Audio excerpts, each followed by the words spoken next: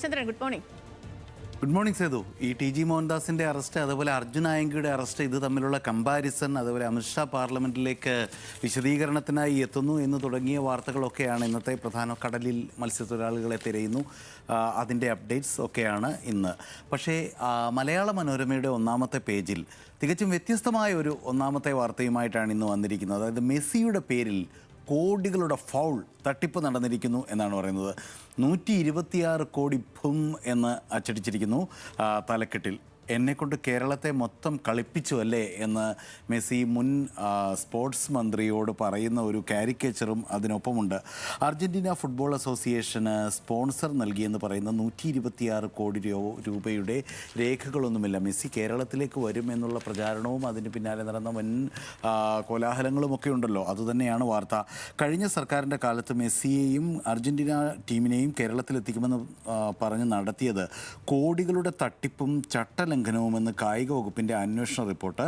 Argentina football association $1.5 കോടി, അതായത് അന്നത്തെ മൂല്യം 126 കോടി രൂപയാണ് നൽകിയെന്ന് സ്പോൺസറായ റിപ്പോർട്ടർ ബ്രോഡ്കാസ്റ്റിംഗ് കമ്പനി അവകാശപ്പെടുമ്പോൾ പണം അയച്ചതിൻ്റെയോ ടീം കൈപ്പറ്റിയതിൻ്റെയോ ഒരു രേഖയുമില്ല എന്ന് കുറച്ചു നാളായി കോൾഡ് സ്റ്റോറേജിലായിരുന്ന ഒരു വാർത്തയെ വീണ്ടും എടുത്ത് ഒന്നാം പേജിൽ ഒന്നാം വാർത്തയാക്കി പൊതുചർച്ചയാക്കി മാറ്റുകയാണ് മലയാള മനോരമ. അടുത്ത ദിവസങ്ങളിൽ ഇതിൻ്റെ അനുരണനങ്ങളൊക്കെ വരുമെന്നുള്ള കാര്യം ഏതായാലും ഉറപ്പാണ്. താഴെ മറ്റൊരു വാർത്തയുണ്ട്. ജാർഖണ്ഡിൽ നിയമസഭ വളഞ്ഞ് വിദ്യാർത്ഥികൾ. കഴിഞ്ഞ ദിവസം ഈ ഡൽഹിയിൽ നടന്ന പാറ്റാ സമരത്തിൻ്റെ അതേ രൂപത്തിൽ തന്നെ ജാർഖണ്ഡിൽ നിയമസഭ വിദ്യാർത്ഥികൾ വളഞ്ഞ വാർത്തയുണ്ടായിരുന്നു. അവിടുത്തെ PSC ചെയർമാൻ ഇപ്പോൾ അറസ്റ്റിലായിരിക്കുന്നു.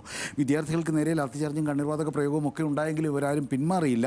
ജാർഖണ്ഡിൽ പരീക്ഷാ ക്രമക്കേട് ആരോപണത്തെ തുടർന്ന് രാജിവെച്ച PSC ചെയർമാൻ എൽ ഖിയാങ്ടെയെ പോലീസ് അറസ്റ്റ് ചെയ്തു. കേരളത്തിന് സമാനമായ ആരോപണങ്ങളാണ് അവിടെ ഉയർന്നത്. ഇവിടുത്തെ PSC ക്രമക്കേട് പുറത്തു കൊണ്ടുവന്നത് ന്യൂസ് മലയാളമാണെന്നും അറിയാമല്ലോ.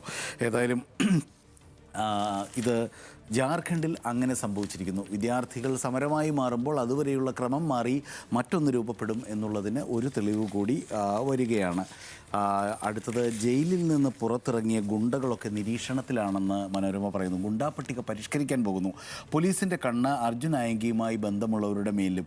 അർജുൻ ആയങ്കിയുമായി ബന്ധപ്പെട്ട അറസ്റ്റിൽ ജില്ലയിലും പുറത്തും, അതായത് ഇത് ഇവിടുത്തെ എറണാകുളത്ത് നിന്നുള്ള വാർത്തയാണ്. ഇത് എറണാകുളം ജില്ലാ എഡിഷൻ പത്രമാണ് എൻ്റെ കയ്യിലുള്ളത്.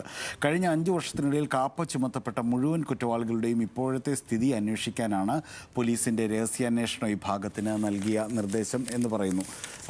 സ്പോർട്സ് പേജിൽ കൗതുകകരമായ വാർത്തയുണ്ട്. ബാഡ്മിൻ്റൺ ലോക ചാമ്പ്യൻഷിപ്പിന് ഒരുങ്ങി ഇന്ദിരാഗാന്ധി ഇൻഡോർ സ്റ്റേഡിയം ന്യൂഡൽഹിയിലെ. പ്രാവിനെയും കുരങ്ങിനെയും തുരത്താൻ കൗതുകകരമായ സംവിധാനങ്ങളാണ് അവിടെ ഏർപ്പെടുത്തിയിരിക്കുന്നത്. പ്രാവിനും കുരങ്ങിനും നോ എൻട്രി എന്നുള്ളതാണ് വാർത്ത. 20 കോടി രൂപ മുടക്കി സ്റ്റേഡിയവും പരിസരവും നവീകരിച്ചിരിക്കുന്നു. കുരങ്ങുകൾ കോർട്ടിലിറങ്ങുന്നത് തടയാൻ 16 പ്രവേശന കവാടങ്ങളിലും തടിവാതിലുകൾക്ക് പകരം ഗ്ലാസ് വാതിലുകളും ഓട്ടോമാറ്റിക് ഡബിൾ എൻട്രി സിസ്റ്റവും സ്ഥാപിച്ചു. മാത്രമല്ല, കുരങ്ങുകളെ തുരത്താൻ പ്രത്യേകം പരിശീലനം തേടിയ 4-അംഗ മിമിക്രി സംഘത്തെയും നിയോഗിച്ചു.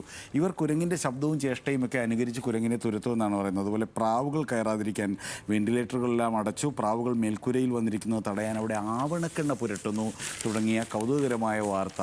ബാഡ്മിൻ്റൺ ലോക ചാമ്പ്യൻഷിപ്പിന് ഇന്ത്യ വേദിയാവുകയാണ്. പ്രാവിനും കുരങ്ങിനും നോ എൻട്രി. മാതൃഭൂമിയിലേക്ക് വന്നാൽ ഖനനം ഉദാരം എന്ന വാർത്തയാണ് അവരുടെ തലക്കെട്ട്. ഖനന നിയന്ത്രണ ഭേദഗതി ബില്ലുമായി കേന്ദ്ര സർക്കാർ വന്നല്ലോ. അതിൽ ഖനനാധികാരം കവരാനാണെന്ന ആശങ്ക.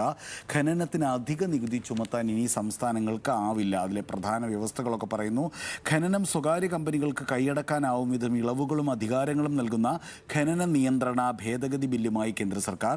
സംസ്ഥാനങ്ങളിൽ നിന്ന് ഖനന നിയന്ത്രണാധികാരം എടുത്തുമാറ്റാനുള്ള വ്യവസ്ഥകളും ബില്ലിലുണ്ട് എന്ന് തുടങ്ങി വരും ദിവസങ്ങളിൽ പാരിസ്ഥിതികമായും രാഷ്ട്രീയമായും ചർച്ചയാകുന്ന ആ വാർത്തയെ മുൻപേജിൽ തന്നെ വച്ചിരിക്കുന്നു മാതൃഭൂമി. ഇവർക്കും വേണ്ടേ ജീവിതം എന്നാണ് ഇന്ന് 2 പ്രധാന മുൻപേജുകൾ, അല്ലെങ്കിൽ 2 പ്രധാന ഒന്നാം പേജുകളെന്ന് കണക്കാക്കാവുന്ന തരത്തിൽ ലേഔട്ട് ചെയ്ത പേജുകളാണുള്ളത്. അതിൽ 2ാമത്തെ പേജിലെ പ്രധാന വാർത്ത ഇതാണ്: ഇവർക്കും വേണ്ടേ ജീവിതം. മണിപ്പൂരിലെ കുടുംബങ്ങളെക്കുറിച്ചാണ്. മണിപ്പൂരിൽ 24,000 കുടുംബങ്ങളുടെ പുനരധിവാസം നടന്നില്ലെന്ന പരാതി അന്വേഷിക്കണമെന്ന് സുപ്രീം കോടതി പറഞ്ഞിരിക്കുന്നു. പ്രത്യേക കോടതികൾ ഉണ്ടാക്കുന്നത് പരിഗണിക്കുന്ന കാര്യവും സുപ്രീം കോടതി പറഞ്ഞു. 2023 മണിപ്പൂർ കലാപത്തിന് ഇരയായ 24,000, ചെറിയ നമ്പറല്ല, 24,000 കുടുംബങ്ങൾക്ക് ഇനിയും ആനുകൂല്യങ്ങൾ ലഭിച്ചിട്ടില്ലെന്നും അവരുടെ പുനരധിവാസം നടന്നിട്ടില്ലെന്നുമുള്ള പരാതി അന്വേഷിക്കാൻ ബന്ധപ്പെട്ട സമിതിയോട് സുപ്രീം കോടതി ആവശ്യപ്പെട്ടു. 7,000 ഗുണഭോക്താക്കളിൽ 4,000 പേർക്ക് മാത്രമേ വീടിനുള്ള ഫണ്ട് നൽകിയിട്ടുള്ളൂ. അങ്ങനെ ഈ മഹാരാജ്യത്ത് അവഗണിക്കപ്പെടുന്ന ചില മനുഷ്യരെ മുൻപേജിലേക്ക് കൊണ്ടുവരുന്നു മാതൃഭൂമി. വിദ്യാർത്ഥി പ്രക്ഷോഭത്തിൽ ചർച്ചയാകാം എന്നുള്ള വാർത്ത. അതായത് അമിത്ഷാ പാർലമെൻറ്റിലേക്ക് മറുപടി പറയാൻ വരുന്നുണ്ടല്ലോ, പാർലമെൻറ്റ് സ്തംഭനം തുടരുന്നതിനിടെ എന്ന് പറയുന്നുണ്ടല്ലോ. വിദ്യാർത്ഥി പ്രക്ഷോഭം ചർച്ചയാകാം, കേന്ദ്രം അമിത്ഷാ മറുപടി പറയും. റിജിജു മന്ത്രി പറഞ്ഞത് അയോധ്യ കൊള്ളയിലും ചർച്ച വേണം. അതായത് അയോധ്യ കൊള്ളയിൽ കൂടി നീറ്റ് മാത്രമല്ല മറുപടി പ്രതിപക്ഷം പ്രതീക്ഷിക്കുന്നത്, അതിലും അയോധ്യ കൊള്ളയിലും ചർച്ച വേണമെന്ന് പ്രതിപക്ഷം അടുത്ത വിഷയം കൂടി മുന്നിൽ ഉപാധിയായി വയ്ക്കുന്നുണ്ട്.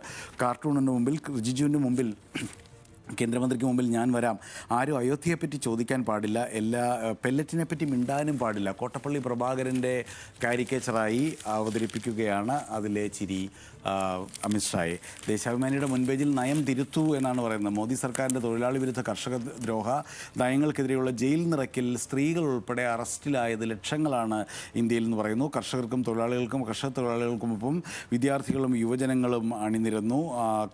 ആന്ധ്രാപ്രദേശിലെ വിജയനഗരത്തിൽ CPM-ൻ്റെ നേതൃത്വത്തിൽ നടന്ന സമരസമിതിയുടെ നേതൃത്വത്തിൽ നടന്ന വലിയ പ്രകടനത്തിൻ്റെ ചിത്രം ദേശാഭിമാനി മുൻപേജിൽ അടിച്ചിരിക്കുന്നു. കേരളത്തിലും 10,000 അറസ്റ്റ് വരിച്ചു എന്ന് പറയുന്നു. ഇന്നലെ മുൻ മുഖ്യമന്ത്രി പിണറായി വിജയൻ രാജേഷിൻ്റെ കടലിൽ കാണാതായ മത്സ്യത്തൊഴിലാളിയുടെ വീട് സന്ദർശിച്ച വാർത്ത ദേശാഭിമാനി സ്വാഭാവികമായും മുൻപേജിൽ ചിത്രമടക്കം നൽകിയിരിക്കുന്നു. കരുതലോടെ, സ്നേഹത്തോടെ, സ്നേഹവും ആശ്വാസവും പകർന്ന് അവർ രക്ഷിതാവിനെ പോലെ പിണറായിയെ കണ്ടു എന്നും മറ്റും ആ വാർത്ത പുരോഗമിക്കുന്നു. ദുരന്ത സഹായത്തിലും മുഖ്യമന്ത്രി കള്ളം പറഞ്ഞു എന്നാണ് മറ്റൊരു വാർത്ത. ദുരന്തത്തിൽ കാണാതായവരുടെ കുടുംബങ്ങൾക്ക് ധനസഹായം നൽകാൻ 7 വർഷം കാത്തിരിക്കണമെന്ന മുഖ്യമന്ത്രി VD സതീശൻ്റെ പ്രസ്താവന മറ്റൊരു കള്ളമാണെന്ന് ദേശാഭിമാനി പറയുന്നു. നിയമം ആരുണ്ടാക്കിയതാണെന്നോ അതിലെങ്ങനെ ഇളവ് തേടണമെന്നോ അന്വേഷിക്കാതെയായിരുന്നു പതിവ് കള്ളം പറയൽ എന്ന് മുഖ്യമന്ത്രി സ്ഥിരം കള്ളം പറയുന്നു എന്നൊരു നറേറ്റീവിനെ ആവർത്തിക്കുകയാണ് ദേശാഭിമാനി. മാധ്യമത്തിൻ്റെ മുമ്പിലേക്ക് വന്നാൽ നേരത്തെ പറഞ്ഞ പാർലമെൻറ്റ് വാർത്ത തന്നെയാണ്. മറുപടിക്ക് അമിത്ഷാ തയ്യാറാണ്, പക്ഷേ പോരാ എന്ന് പ്രതിപക്ഷം പറയുന്നു. രാമക്ഷേത്ര കൊള്ളയിൽ ചർച്ചയില്ലാതെ പിന്മാറില്ലെന്ന് പ്രതിപക്ഷം പറഞ്ഞ വാർത്ത. വിദ്യാർത്ഥി പ്രക്ഷോഭകർക്കെതിരെ ഉള്ള പോലീസ് നടപടിയിൽ പ്രതിഷേധിച്ച് ഇന്നലെ പാർലമെൻറ്റ് വളപ്പിൽ നടന്ന പ്രതിഷേധത്തിൻ്റെ, രാഹുൽ ഗാന്ധിയുടെ അഖിലേഷ് യാദവിൻ്റെയും ഒക്കെ നേതൃത്വത്തിൽ നടന്ന പ്രതിഷേധത്തിൻ്റെ, മല്ലികാർജ്ജുൻ ഖർഗെയൊപ്പമുണ്ട്, അവധേഷ് പ്രസാദാണത്. അവരെ രണ്ടുപേരെയും രൂപം കൊണ്ട് തെറ്റിപ്പോകും, പക്ഷെ തൊപ്പിയുള്ളതുകൊണ്ട് അറിയാം അവധേഷ് പ്രസാദിന്. അങ്ങനെ ആ ഒരു ചിത്രവും മുൻപേജിൽ കൊടുത്തിട്ടുണ്ട്. അതായത് രാമക്ഷേത്ര കൊള്ള കൂടി ഒന്നാമത്തെ ചർച്ചാ വിഷയമായി പ്രതിപക്ഷം എടുത്തു വയ്ക്കുന്നു.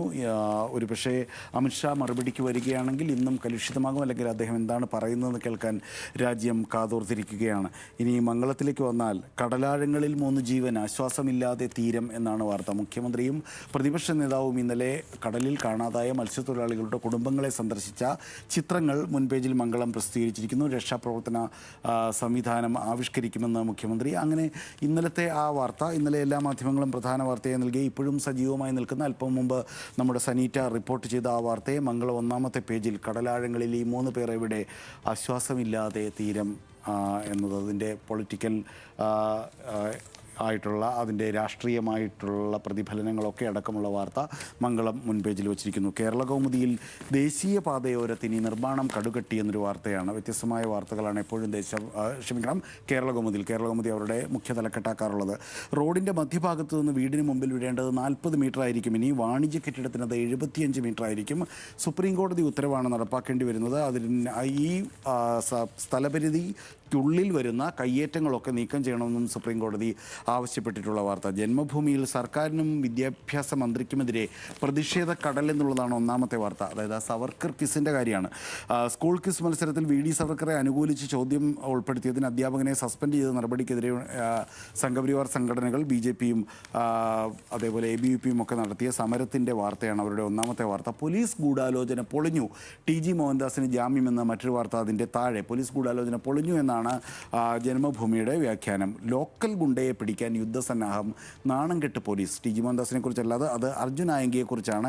പേര് പോലും പരാമർശിക്കാതെ, അർജുൻ ആയങ്കിയുടെ പേര് പോലും തലക്കെട്ടിൽ ഇടാതെയാണ്. അർജുൻ ആയങ്കി DYFI പ്രാദേശിക നേതാവും CPIM സൈബർ പോരാളിയുമാണെന്ന് പറയുന്നു. അർജുൻ ആയങ്കിയെ പിടിക്കാനെന്ന പേരിൽ വൻ പ്രചാരണം, ഒരു ലോക്കൽ ഗുണ്ടയെ പിടിക്കാൻ ഇങ്ങനെ നടത്തണോ എന്ന് ജന്മഭൂമി ചോദിക്കുന്നു.